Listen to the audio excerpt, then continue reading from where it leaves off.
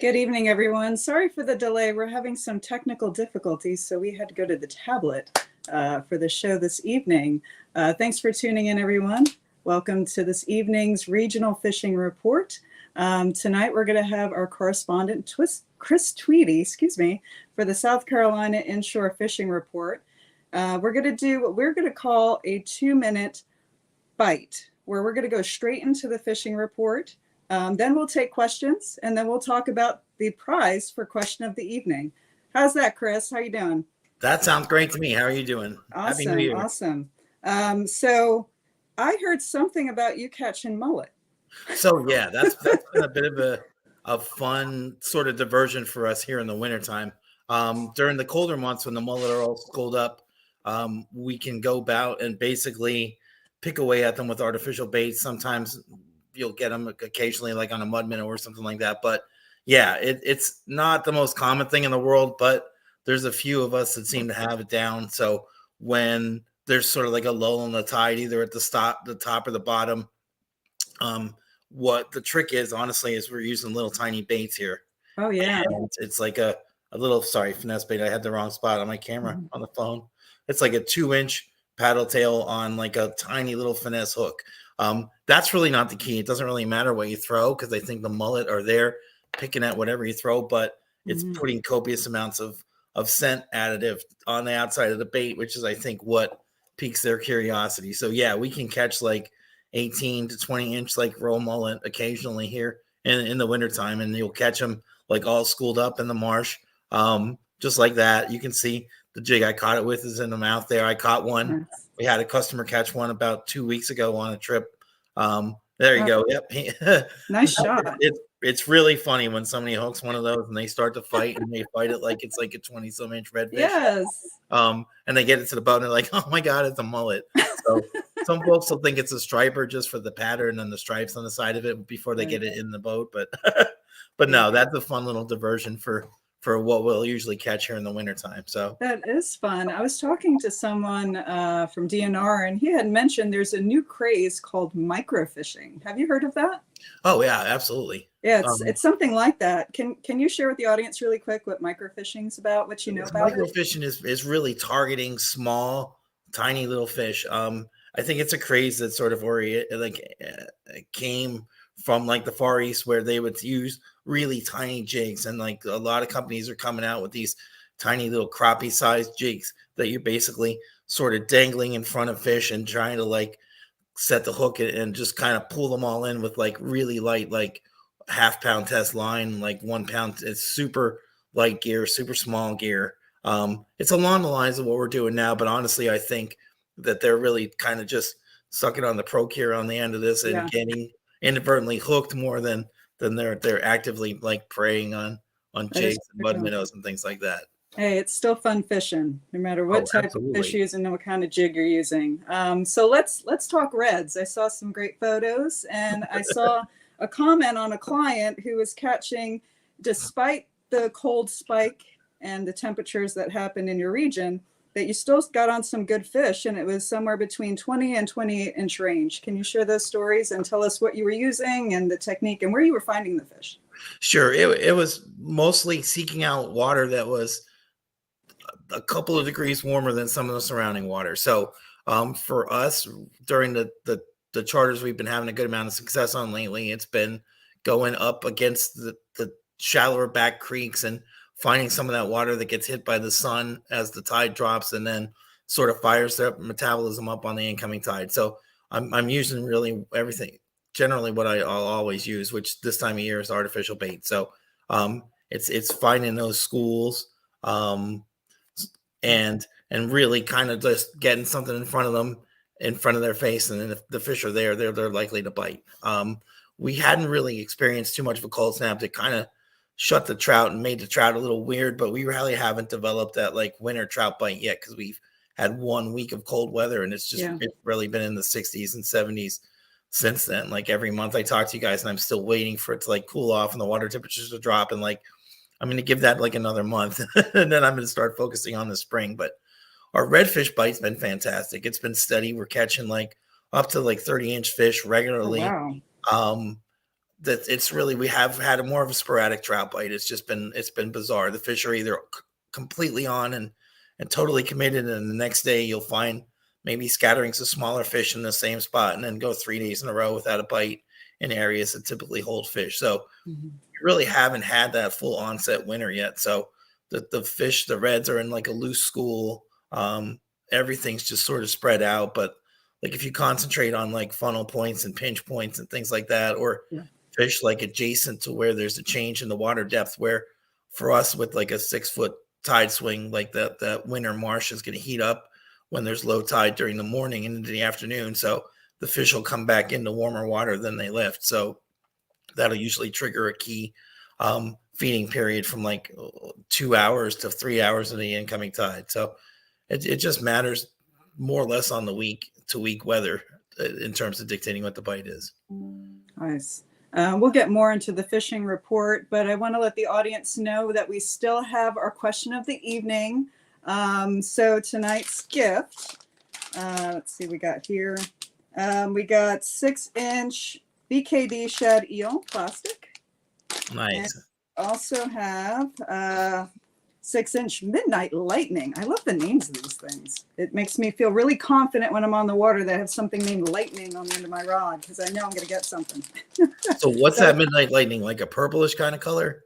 It's like a midnight sparkle. It has a little purple to it in there. Can't really see that here. But we want to thank our sponsor, BKD, for providing these for us. So again, question of the evening. That's a solid prize. Amazing prizes there. So let's get back into the fishing report. I know that reds are the main event. Is there anything else you want to share with that? And what other fish are you finding during this time of the year? So this is a time of year we'll find a couple of different things going through our area. There will be some schools of small striper, like up to like 20 inches or so, like 16, 18 inches. We'll see like a school blow up in the creek every once in a while. It looks like a school of mullet coming up, or some trout like late in the tide, and they can be interesting to catch. But over the next month or so, I'm looking for our shad bite to develop, where sort of the fresh water meets the saltwater dividing line. We're going to have I'm expecting to get a run of shad up our Cooper River and like the Santee River as they head up to breed, like up towards the lakes and on the upper reaches of the river. So I'm looking forward to that. It's always fun. And we call them like the freshwater tarpon, with the jumping and stuff like that. But we'll focus on those with actually like some of the micro fishing techniques, like they're really light pound test line and some actual crappie jigs or shad darts. So those are some fun things that kind of close out our winter bite here. And then it'll switch heavy to like our regular, like full on like spring bite to develop probably like around mid-March. Oh, okay. So if you can give us a preview, what does that spring bite look like? What are some of the fish? What's going on? So we'll be kind of creeping towards that point in the year where the bigger fish starts becoming like more prevalent inshore, and we'll start to chase like some of the bull reds into the spring months. And that's really what I'm looking forward to, kind of sort of honing on that, like in the late March through like Memorial Day kind of weekend time frame. That's exciting. I love my bull reds. Nothing like the bite. Oh, however, I was on a fishing trip this past weekend and caught my personal best striped bass. Nice. And they were breaking all over the place. I've never seen anything like it yet in my experience, and this has been really amazing to watch. And I got a 42-incher. Oh wow, nice. It fought. Actually, I was hooked up on two. Wow. And they fought exactly like a bull red. Very heavy, holding down. It felt like I was pulling dead weight at some point because it's cold. And then getting them on the boat, I held it just like I held my citation bull red that I caught a year and a half ago. And now I really do have a new appreciation for striped bass in my experience this year with dealing with them and fishing for them. So they really are great fish to go That's after. fantastic. Congratulations. Thank you. Was that in the bay up there where you guys? Or It wasn't in the bay. It was in location unknown, but it was close. fair enough. So the new I experience, understand. new experience for me for sure. I have to dodge questions like that all the time on location and stuff, and it's mostly just to limit the number of people accessing spots so that you don't have to compete with everyone on social media to find a fish. Sure. Anyway, I can relate. It looks like we have a question. Rodney, how you doing, Rodney? Thanks for chiming in. Would you rather fish jerk baits? Ooh, this is a good one. I was actually going to bring this up. Thanks, Rodney. Jerk baits or plastic swim lures? It really depends on a number of factors. We're going to come back to this every time. I almost feel like it's like the constant thing. It's the confidence thing. It depends on the situation and what I'm fishing for. Our water clarity kind of has a lot of influence on using like hard baits, as well as like kind of jerk baits and glide baits. So if the fish can't see the movement in the water, then there's really no point. And throwing some of like the swim baits and things like that also gets a little treacherous. We have a lot of oysters that are real close to the surface. So you can throw $11 away on every cast, like as many casts in a row as you want to. So there's a time and a place for them. If I had to pick, I'd probably go with the jerk bait just because I'm more comfortable and confident and experienced using it. But again, it really comes down to the circumstances in terms of which way I would rather throw. On a regular basis, probably have to go with the jerk bait though. For sure. Great question, Rodney. You're right. The oyster beds are treacherous. We were out in Georgia fishing for reds, and I think it was a change of tide. I think it was maybe low tide, high tide coming in, but it still was pretty low. And we got hooked up a lot on those oyster beds because the reds were all around them, and it was just trying to get them out of there. Or eating a boat or the kayaks? Hold on one second. We're having a technical issue. Sorry about that, folks. All right, thank you. So we were on the boat on Grant's Whaler. So it was fun though. We had I think we posted a video about it and we had some pictures, but it was a good time. It definitely is fun when you're trying to catch a red and you end up getting a flounder. A lot of folks are constantly asking me like what weight of the jig head I'm using. And like you were saying, in terms of the oysters and the tide changing and the current and things like that, I'll adjust the weight of my jig head probably 2, maybe 3 times in the course of like 3 or 4 hours as the current like increases and decreases based on its coefficient. So like when you get to like the top of the tide and it slows down a bit, you might be switched to a lighter jig head. But it's really, for me, it's kind of constantly tweaking that to keep it where it's just kind of fluttering, kind of like atop the oysters rather than like dropping straight into them and getting like jammed up in there. And then a lot of it also, I think, is the retrieve in terms of if it's shallower water and you're fishing oysters, like lifting your rod tip to kind of cut the angle that it's coming across the oysters helps a little bit too. But there's different tips and techniques and things you pick up along the way in terms of it. Like I find most folks will start like dinking on their rod and pulling on it, and it just gets more jammed up. When if you just lift straight back on it, it's going to free itself and come back to you without coming back at like 100 miles an hour in your head. Yeah, that's for sure. I'm known for duck and cover when that happens with other exactly.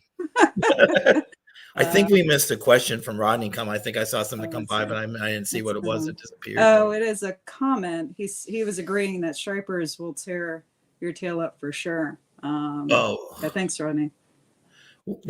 So part of why we switched from like the plastic jigs to bait in the summertime also has to do with everything in the ocean here, from pufferfish to bluefish. So like anything's gonna like eat the back half of your jig, like just pull it with its jaws and rip it off. Toadfish, like you name it. So once you get into that time of year, like once the heat of the summer hits, we're gonna use mostly bait and we're gonna compete with everything in the bottom there.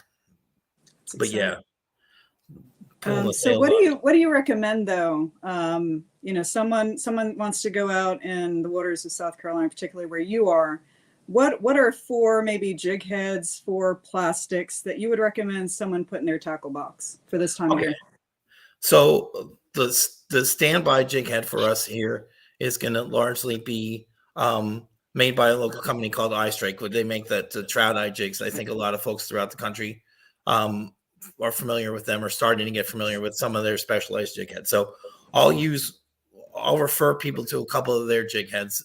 They can be on. They're not inexpensive jig heads. So I hesitate in terms of anyway, but they work great. They have like a regular, basically your typical lead head jig head, but they have more of a pronounced like optical looking kind of eye on it. Than their idea is that the fish strike the eye, the predators hone in on the eye. So they have a straight shank jig head as well as sort of like they call it like a Texas finesse one, where it's sort of like the head is detached and wobbles on the shank.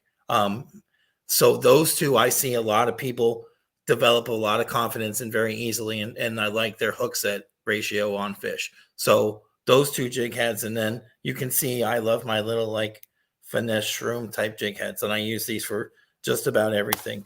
And then I'll also use a hook that's used to be more popular before all these jigs became the craze, and that would be like the wide gap weight on the bottom, extra wide gap like Gamakatsu weighted worm hook.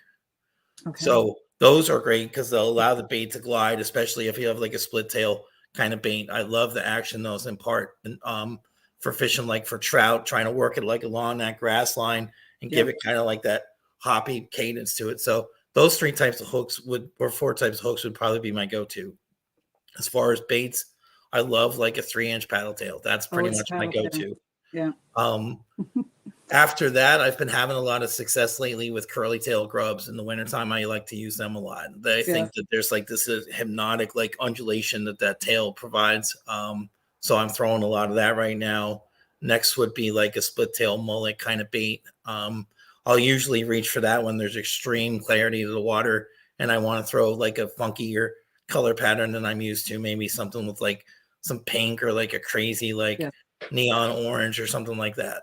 So those would be my go-to. And then I also, if it's warmer out and there tends to be a lot of crabs out, I'll sometimes in saltwater, especially with these little finesse heads, use something that mimics a crab, but it's more of like a small sort of like crayfish type pattern, something I can glob some scent on, and it's going to look like a crab feeding along the oysters that I'll typically fish. So those would be sort of my starter kit if I had to put something together, and it's all plastics and pretty much all jigs. Well, that's an idea. Maybe we can have the Chris Tweedy starter tackle box.